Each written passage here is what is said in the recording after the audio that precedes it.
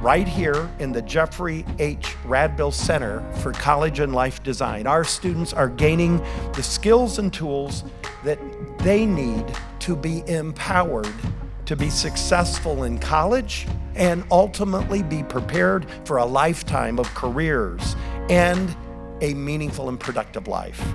Life design at BGSU would not be possible without the many individuals, many of whom are in this room today, who have believed in a vision for redefining student success.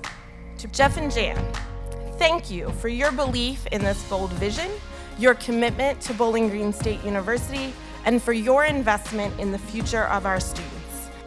The center's already fulfilling its purpose as a safe place for students to learn, collaborate, thrive, and grow into their authentic selves. An opportunity for students to design their lives at BGSU and their lives thereafter.